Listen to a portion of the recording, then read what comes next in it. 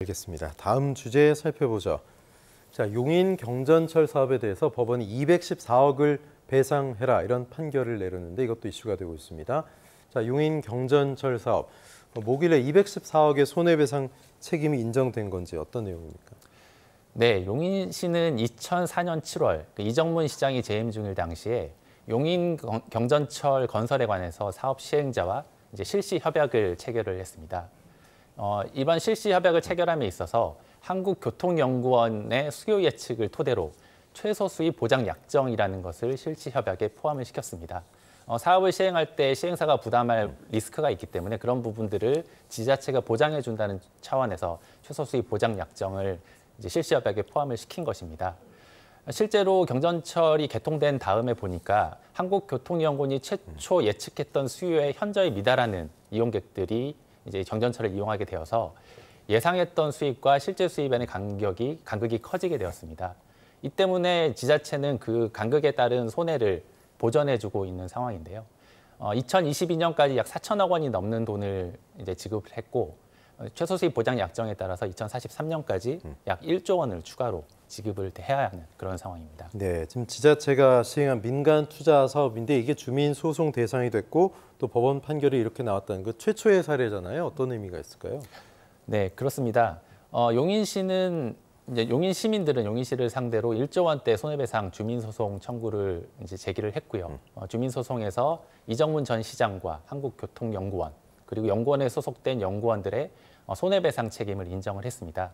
구체적으로 내용을 보면 앞서 말씀드렸던 그런 그 수요 예측이 과연 타당한지 여부에 대해서 검토를 제대로 하지 않은 점, 그리고 최소 수입 보장 약정의 타당성을 제대로 검토하지 않은 점 등을 과실로 모두 인정을 했고, 연구원이나 연구원 소속 연구원들의 경우에는 변화된 환경을 고려하지 않은 채 과거 자료를 그대로 수요 예측에 활용했다는 점이 과실로 인정이 되었습니다. 말씀하신 것처럼 이번 판결은 지자체 민간 투자 사업에 대한 손해에 대해서 공무원들의 과실을 인정하고 손해배상 책임을 인정한 첫 번째 판결입니다. 네, 이번 판결이 지난 2020년 대법원 파기환송심에 따라서 그 결과였는데 그동안 소송 경과는 좀 어땠는지 짚어주시죠. 그렇습니다. 최초 소송은 2013년에 있었습니다. 이제 주민들은 당시 용인시장과 전현직 공무원들을 상대로 이러한 손해배상 책임을 물어달라는 취지의 주민소송을 제기를 했습니다. 근데 주민소송이라는 게 워낙 좀 활성화되지 않은 제도이다 보니까 이러한 선례가 없었고요. 그래서 1심 법원과 2심 법원은 이번 용인 경전철 관련된 주민소송의 경우에는 주민소송의 대상이 되지 않는다라고 이제 판단을 한 것입니다. 다만 대법원은 지난 2020년 이 용인 경전철 사업 역시 주민소송의 대상이 된다라는 다소 전향적인 판결을 내렸고요. 그로부터 약 3년 7개월이 지난 시점에서 네. 법원의 판결이 나온 것입니다. 네. 자, 이번 판결이 논란이 되는 이유는 민간 투자 사업 실패에 대한 주민 소송이 받아들여지고 인정이 됐다라는 거잖아요. 자, 주민 소송 어떤 소송 제도인지 좀 소개해 주십시오.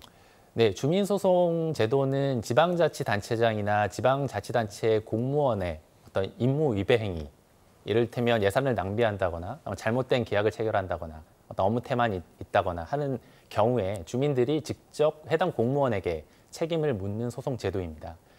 지난 2006년 처음으로 소송 제도가 이제 시행이 됐는데 다만 그간 법원은 이러한 주민소송에 대해서 다소 소극적이라는 입장이었습니다. 평가를 받았습니다. 그 이유는 소송을 제기하기 전까지는 일정한 수의 주민들이 모여서 감사 청구를 해야 하고요. 설령 소송 단계에 진입한다고 하더라도 공무원들의 위법 행위가 있다라는 점을 입증해야 되는 책임이 주민들에게 있다 보니까 아무래도 소송이 제대로 활용되지 않은 측면이 있었습니다.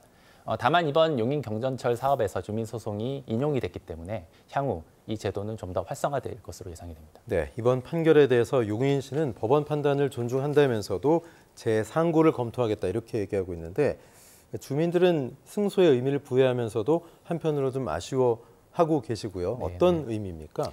그렇습니다. 소송에서 주민들이 승소한 건 맞지만 네. 이제 실제로 손해를 배상받는 과정이 남아있기 때문입니다.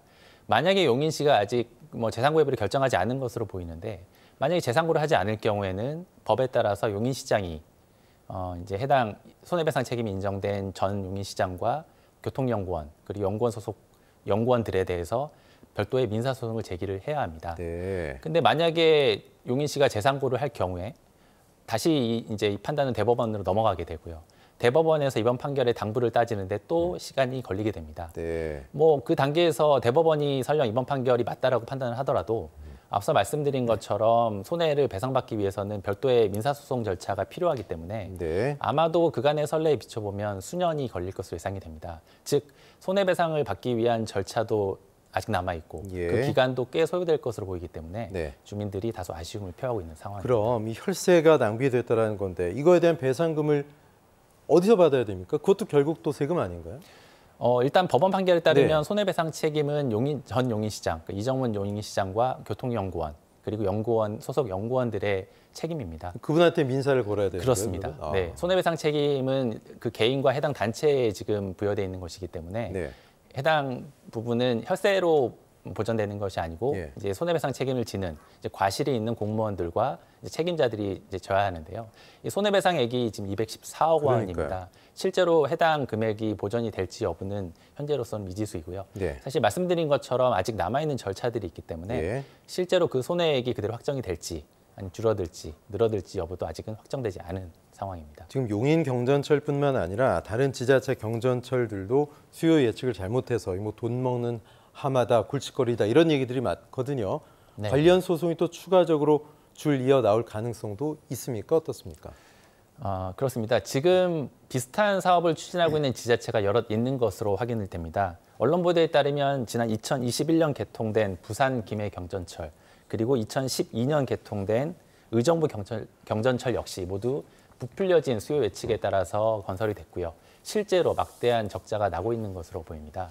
실제로 이러한 손해를 보전하기 위해서는 이제 또 혈세가 투입돼야 되는 상황인 것으로 보이기 때문에 그리고 또 주민들 입장에서는 용인 경전철과 마찬가지로 주민 소송을 제기할 수 있는 상황으로 보이기 때문에 해당 지자체들이 이 부분도 관심을 갖고 지켜봐야 할 것으로 보입니다. 네, 이런 SOC 사업 전에 좀 더 정확한 수요 예측이 반드시 선행돼야 되겠습니다.